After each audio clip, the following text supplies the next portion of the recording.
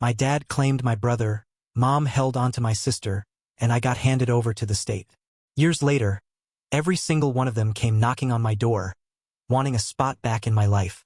But by then, I wasn't the same kid they had walked away from. Ethan, honey, you've got to realize, this isn't about you. Then why am I the one stuffing my things into trash bags? Why does Chloe get to stay, Mom? Because the court made that decision. No, because you can only afford to raise one kid, right? Stop making this harder than it already is. I'm not the one making it hard. You are. You're the one giving me up. Mrs. Alvarez will be here in 10 minutes. Please just get your things together. Dad had taken Dylan. Mom kept Chloe. And me? I got tossed around like a ping-pong ball nobody wanted to catch, bouncing from house to house, trying to land somewhere that felt like it could stick. My name's Ethan, and this is the story of how my family got split apart and divided up like cold leftover pizza that no one was excited to eat. But before I get into it, go ahead and hit that like button and subscribe, because I've got a lot of real stories that'll make you rethink everything you thought you knew about family. Here's the wild part about family court. They toss around this phrase, the best interests of the child, like it's a formula you can perfect in a lab. But when you're 13, standing in a courthouse so sterile it feels more like a hospital, and you're watching your parents divide up their kids the way people divide up furniture in a divorce, you realize adults don't actually have it figured out either. They just hide behind suits and paperwork while they screw up your world. My parents' marriage had been circling the drain long before the court got involved. Dad poured everything into his construction business, dragging himself home each night covered in sawdust and pure exhaustion.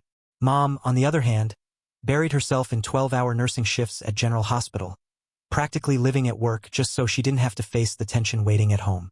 Dylan, my older brother, was 15 and already halfway checked out of our family drama. Chloe, who was only 8, still clung to the fantasy that Mom and Dad could patch things up. And me? I was stuck in the middle at 13, middle child, middle of the chaos, and smack in the middle of nowhere. One Saturday morning, Dad gathered us around the table for what he called a family meeting.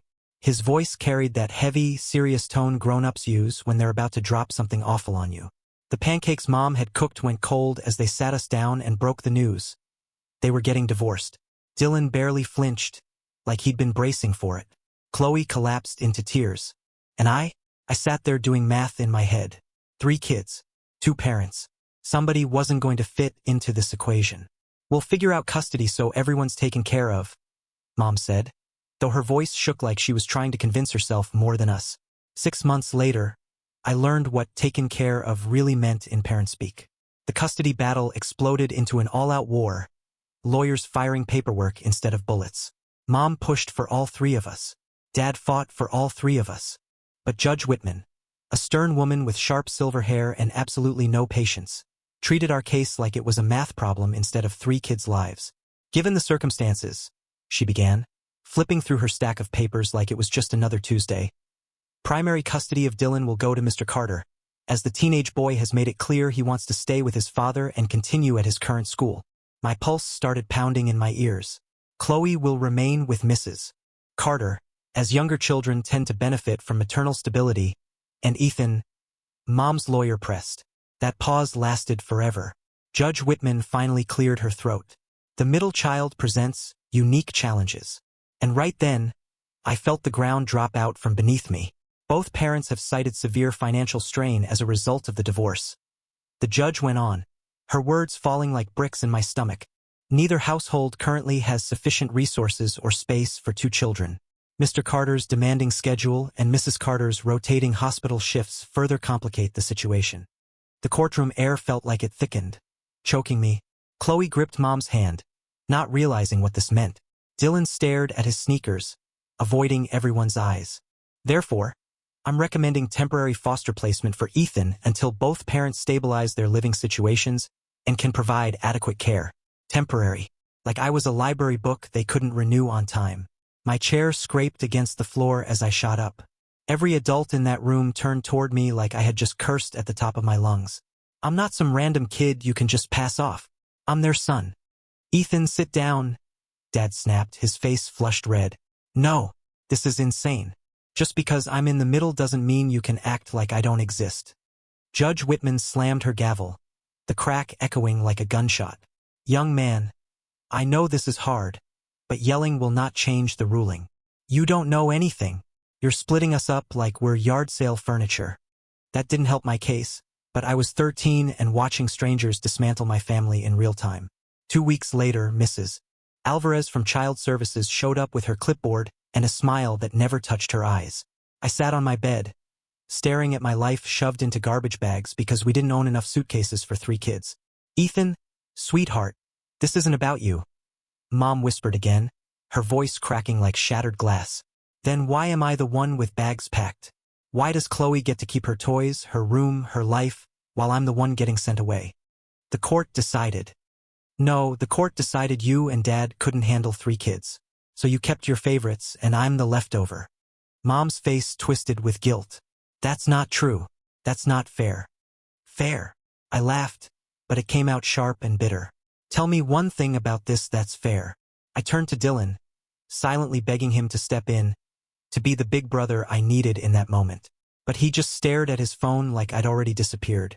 Chloe sobbed in the living room, too young to fully understand why her brother was being torn away. And my parents?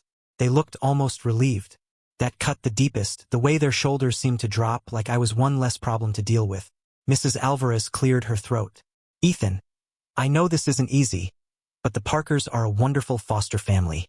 They've opened their home to children for years. Save the speech, I muttered, slinging my bag over my shoulder. Let's just get this over with. As I walked out the door, I turned back one last time.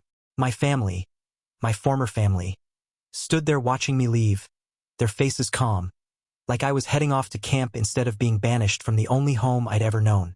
The Parkers ran their house like a military base.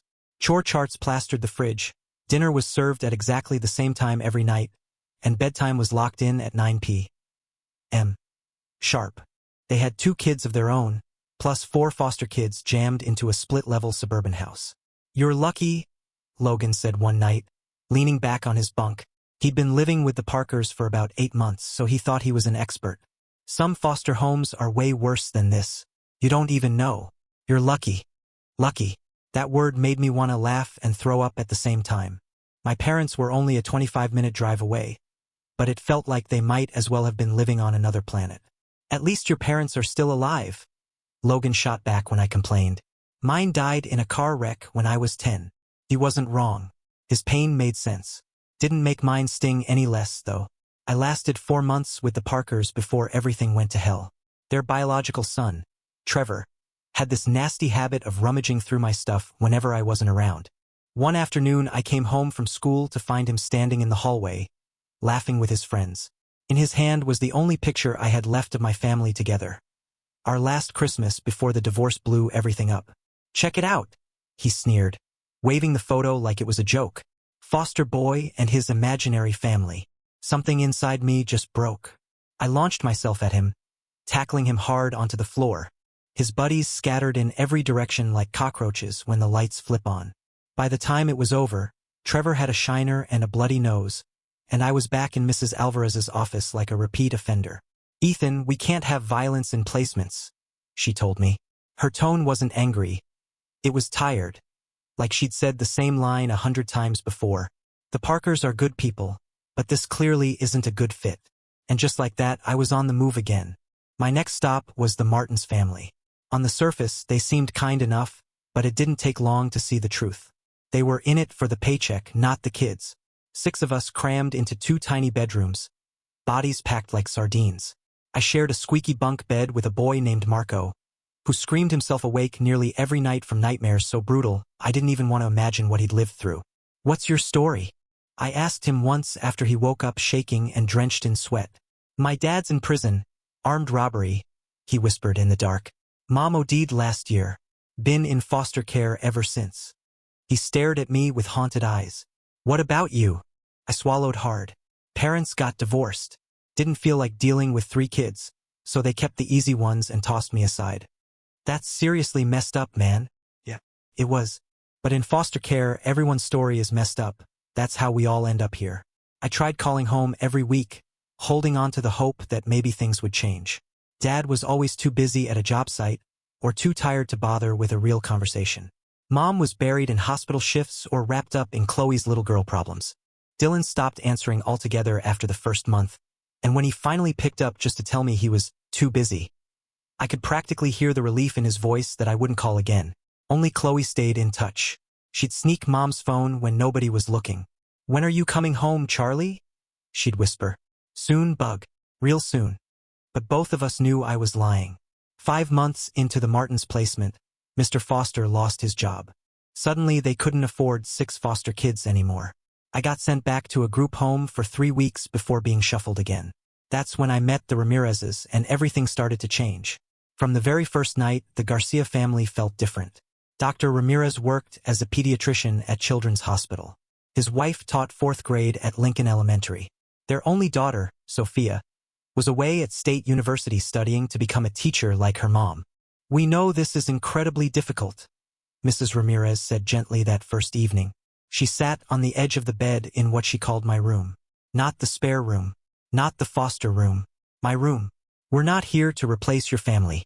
We just want to give you a safe place while things get sorted out." "Things aren't getting sorted out," I told her flatly. "My parents picked their favorites. I'm what's left over." "You are not leftovers," she said firmly, her eyes locking onto mine. "You are a whole person. You deserve love and stability no matter what anyone else has decided." I wanted so badly to believe her, but when you've been handed off like an unwanted Christmas present for over a year, fairy tales don't mean much anymore. Still, little by little, I settled into the Garcia rhythm. Dr. Ramirez sat with me at the kitchen table almost every night, patiently breaking down algebra problems until the numbers actually started to make sense. Mrs. Ramirez taught me how to roll enchiladas the way her grandmother had, and she listened, really listened, when I talked about school or missing Chloe. When Sophia came home for Thanksgiving, she didn't treat me like charity. She treated me like an annoying little brother, which somehow felt amazing. It was the closest thing to normal I'd had since Judge Whitman handed down her ruling. And then the phone rang. "Ethan, sweetheart, I have wonderful news," Mom said, her voice brighter than it had been in years. "I'm getting remarried." The words hit me like a punch. "What?" "His name is Michael Bennett.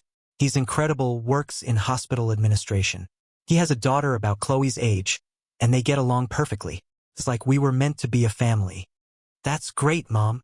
The words scraped my throat like broken glass. "I know this year has been so hard, but things are finally looking up. David has this gorgeous house in the suburbs, so much more stable than my old apartment. I was even thinking maybe," my heart lurched, "I can come home." The silence on the other end was brutal. "Well, it's complicated," she said carefully. "David's not entirely comfortable with, we're still adjusting as a new family, and bringing a teenager into the mix right now might." "You mean he doesn't want your foster kid son messing up his picture-perfect life?" "Ethan, that's not fair." I hung up.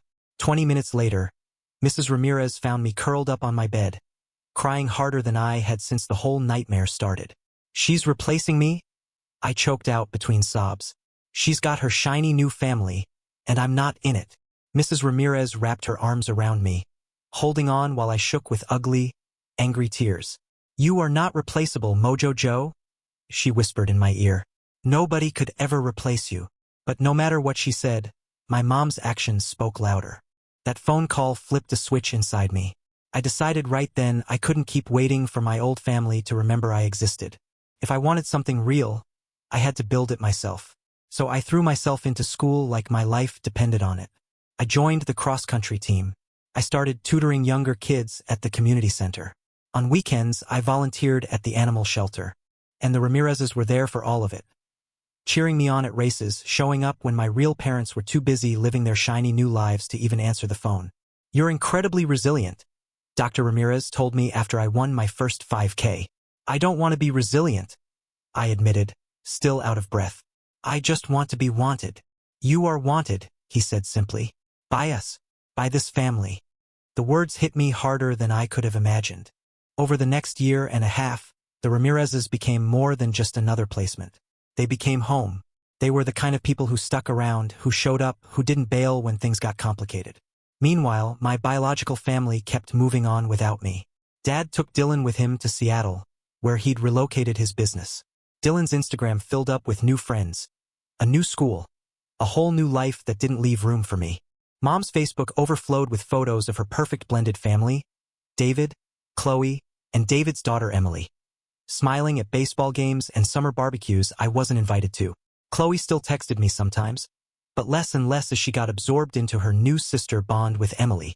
I could feel her slipping away from me too, and honestly, that hurt more than anything else.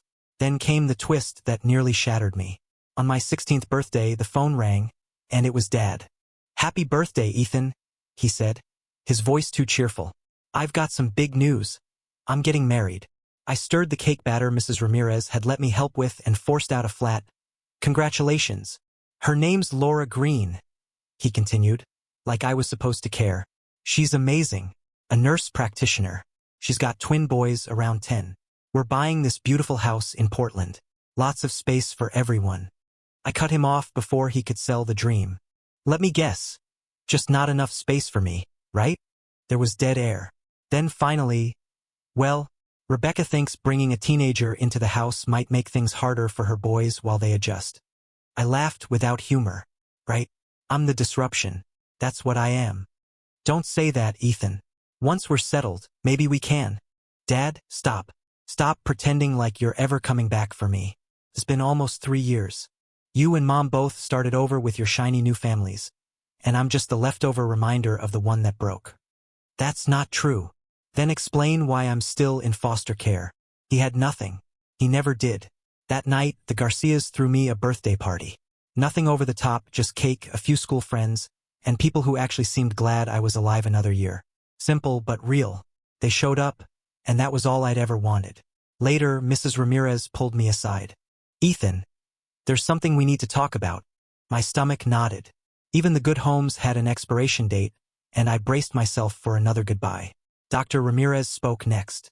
"We've been thinking about this for a long time, and if you're open to it, we'd like to adopt you." The words bounced around my head, refusing to stick. "What?" Mrs. Ramirez jumped in quickly, maybe because of the look on my face. "We know you're not a little boy anymore. You'll be 18 in a couple years. But we want you to know this is permanent if you want it to be." "But I'm not Hispanic. I don't really belong to you." Dr. Ramirez leaned forward. "Family isn't about blood, Ethan. It's about showing up. We've been here for you for a year and a half. We want to keep showing up. Always." Mrs. Ramirez added softly, "Your parents already signed the papers. They agreed it was best for you." Of course they had. Their final abandonment, neatly signed and filed away.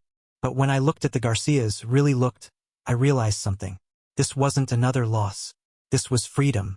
Freedom from waiting for people who were never coming back. Freedom to accept the love being offered right in front of me. "Yes," I whispered, my voice breaking. "Yes, I want that more than anything."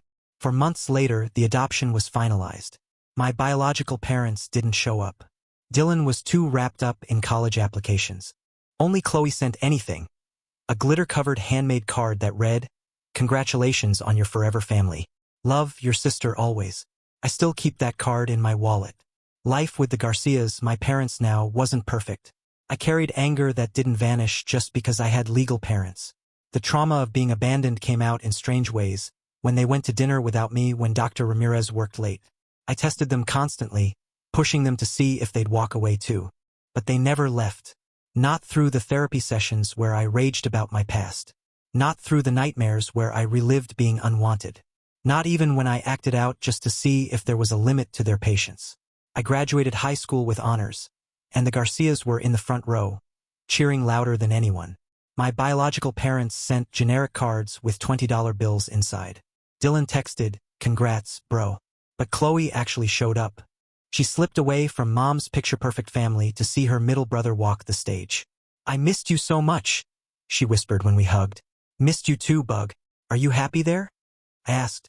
She looked toward the Garcias, holding balloons and flowers with my name on them. "Yeah," I said quietly, watching my parents beam with pride. "I really am." College brought new battles and new opportunities. I studied social work, shocking nobody who knew my story. The Garcias backed me through every semester, every doubt, every success. Sophia, the sister I chose, teased me about girlfriends and helped me polish grad school applications. "You know what you are?" she told me during a late-night study session. "You're not adopted. You're selected. Mom and Dad picked you out of everyone they could have helped." That stuck with me. It was a beautiful way to see it. During my junior year, a call came that I'd half expected. Ethan. My mother's voice was smaller than I remembered. I need to tell you something. David left. The divorce is finalized. And Chloe, she's hurting. She keeps asking for you. And I realize now I made terrible mistakes. I thought I was doing what was best, but really I was doing what was easiest for me. It took you 7 years to figure that out, I said. I know. I'm so sorry. Is there any chance we could start over? Build some kind of relationship? I thought about it. Part of me wanted to run straight back to her. But the older me knew better. We can talk, I said finally. But I already have parents. They were there when you weren't. That's not changing. I understand, she whispered. So we talked carefully, like strangers learning each other again. I reconnected with Chloe, who was now 15 and wrestling with her own abandonment after David left. I stepped into the role of big brother again, the one who actually understood what it felt like to be disposable. My dad reached out too, after his second marriage collapsed. Funny how people suddenly remember you when their new families fall apart. Dylan and I even met for coffee while he was home for the holidays. It was awkward but civil. I should have fought for you, he admitted, staring at his latte. I was 17, selfish and scared. That's not an excuse. We were all scared, I said. The difference is, I didn't get a choice about facing it. Do you hate us? No, I said honestly. I nothing you. You're strangers who share my DNA. The Garcias are my parents. He nodded, looking like he finally understood. I guess we earned that. Now I work at a group home for teenagers in foster care. Kids like Marco and Logan, kids who think nobody wants them. Nobody adopts teenagers. One boy, David, told me bitterly, we're too old, too broken. I was adopted at 16, I told him, by parents who saw me, not just my baggage. Yeah, right. Where were your real parents? Busy building new families without me. Their loss. I ended up with parents who chose me on purpose. It wasn't the comfort he wanted, but it was the truth he needed. These days, the Garcias come over every Sunday for dinner.